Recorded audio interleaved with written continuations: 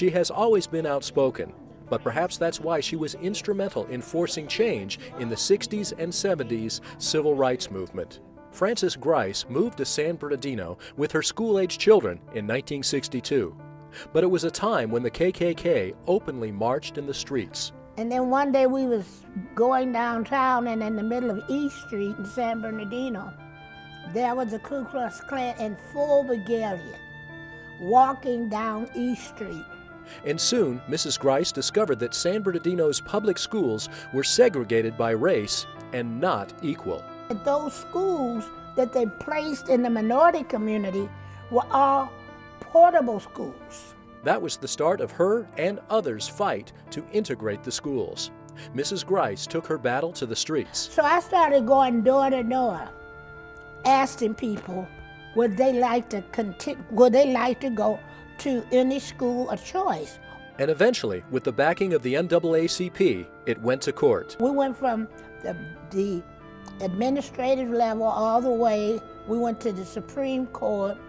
During the struggle for educational equality, some black parents even took their children out of the public schools and enrolled them in what came to be known as the Freedom Schools. Those are schools that was created by the Civil Rights Movement, where we would be in houses and different storefronts and things like that, and our kids stayed out of school as a boycott. Eventually, integration was achieved, but for Frances Grice, the work was only starting.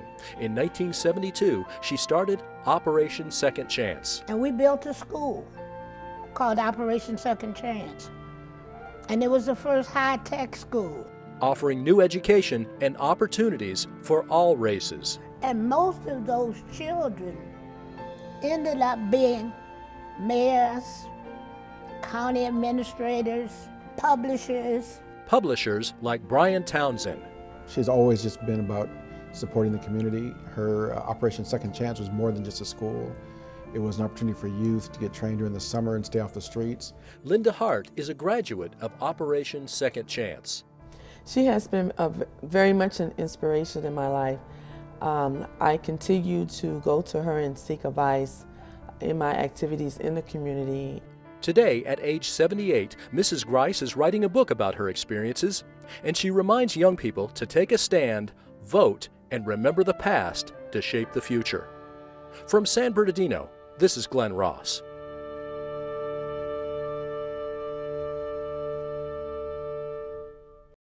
We've got to make our children to remember the past.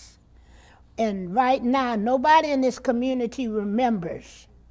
Nobody even remembers a Frances Grice sometime.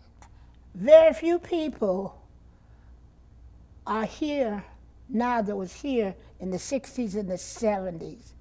So they don't know the struggle we had. They don't know we had to dodge bullets. They don't know that the Ku Klux Klan was walking down East Street. They don't know that Harry Rubottom had to sue beans to get in a restaurant to eat Chinese food. They don't know all the conditions that we had to go through. They don't know that our children had to develop a program to run into a room that we say, if they started to rise, the parents would come in and throw buses and get the kids, and we'd have to tell our kids, run in a room and lock the door and stay there.